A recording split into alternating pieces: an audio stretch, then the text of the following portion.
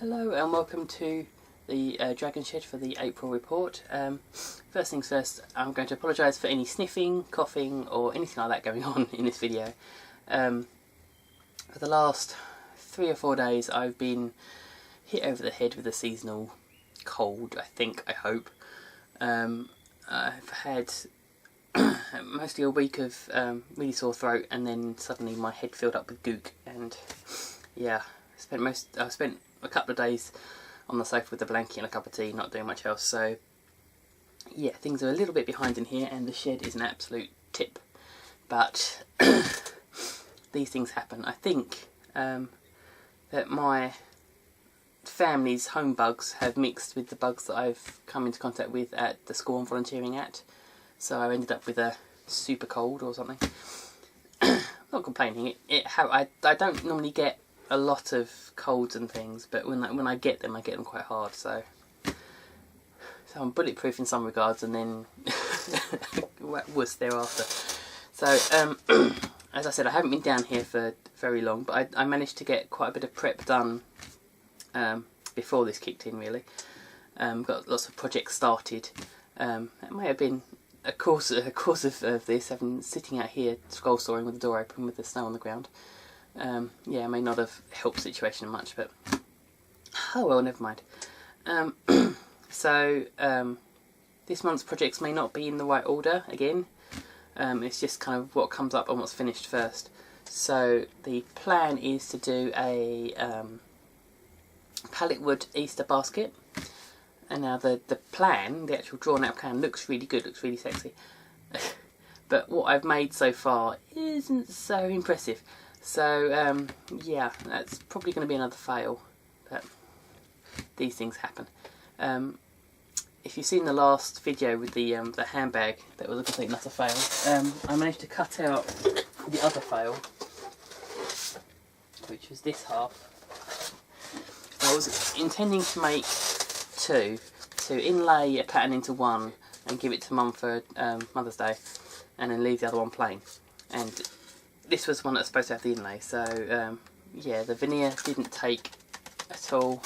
I've got huge voids where you can feel there's gap and movement. So yeah, I didn't actually, I mentioned it in the recording, we didn't use it in the final video. So this was the other one, which should have been quite pretty, but isn't yet. It will be in the future. At some point I'll get around to finishing that. I'll also get around to finishing this puzzle box as well. As it goes, most of the stuff that needs to be sorted is over there.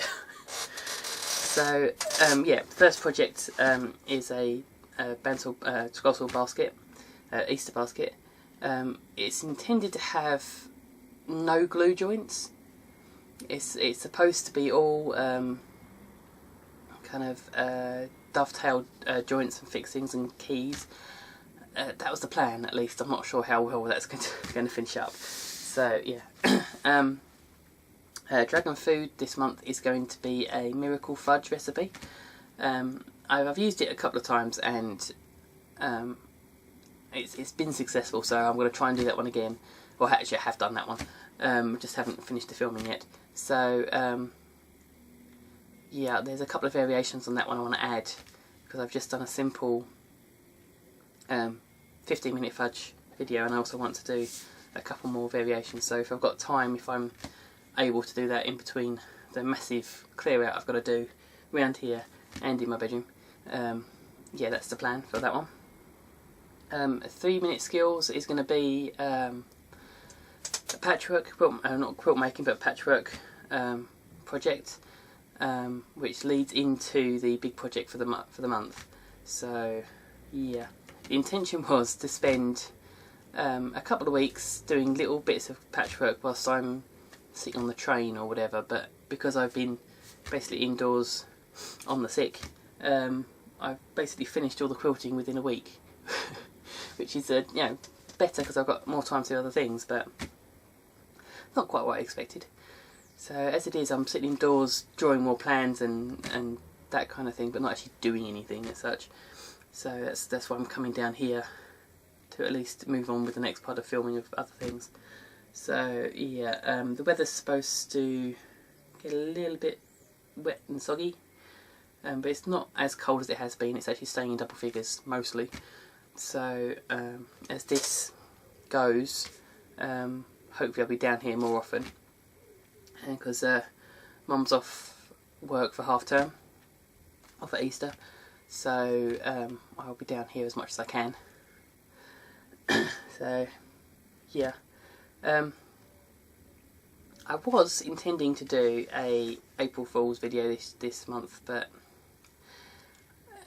I find it difficult to find anything that's particularly original, because just looking around on YouTube and other videos and things that people have done, it's difficult to find something that is original. So I might think about it and plan something a bit better for next year. So you miss out on being rickrolled this year, because that was the other intention. I was going to stick a bit of Rick Astley at the end of the video.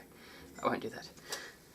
So I think I have mentioned before there is a problem with damp in the shed, and I have noticed it a lot more because I've been out of the shed for almost a week. When I came in here, there are clear kind of channels of water coming up between the laminate floor I've got down. So definitely there's a project for the summer, is stripping out this floor, and I'm hoping I don't have to come all the way down, because it seems to be here and by the front door. I think it's come here because I carry wet on my shoes, because I haven't got a doormat or anything. So I think that's where the wet started at least, and it just hasn't got warm enough to dry out. So I'm hoping I can kind of cut it off about here, leave this bit with floor, and put down some rubber matting stuff. That's the plan anyway. As it is, this place has become a bit of a spider den. They have taken over. Even with the little lavender bags I've got hung in the windows, I haven't really stopped them so much, because they've moved away from the windows and gone everywhere else. I was garroted around the face as I came in the door, because they've basically covered the door with spider web. So yeah, that's something I need to sort out. So yeah, I've got a lot of odds and bits and pieces to do. I've got projects that I started for gifts and things that haven't happened, so I've got that going on. I'm also working on a game. Now, any of you nerds and gamers out there, I would like you to do some homework for me. I'm creating a game which is kind of a Trivial Pursuit style thing, where you have different subjects that you've got to get a question for, and it starts with kind of 4 basic subjects: literature, science, geography, and history, I think is the other one. And then within those you've then got 2 other categories. So under literature I'm going for Gothic literature and epic fantasy, and under science I'm obviously going Star Trek, Star Wars, that kind of thing, and that kind of thing. So when I write up actually that's going to be next month's project, but if you're on my Facebook or my Instagram, keep your eyes open for a write-up of the kind of questions I'm looking for. I've done a bit of it, mainly the kind of standard quiz questions or the standard subjects. And trying to find questions that will fit is quite difficult. Oh. Excuse me. Yeah, trying to find questions that that work as Trivial Pursuit questions it seems to be quite difficult, because a lot of them are either too far into kind of the geek, they are too anarchy, or some are just so easy that everyone gets them.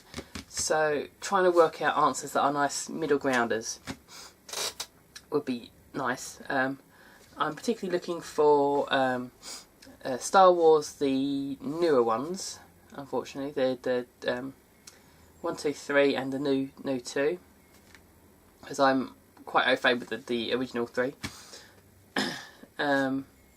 Star Trek, the other series, I'm Next Generation I'm good, everything else a little spotty, or maybe the original series as well, but things like that.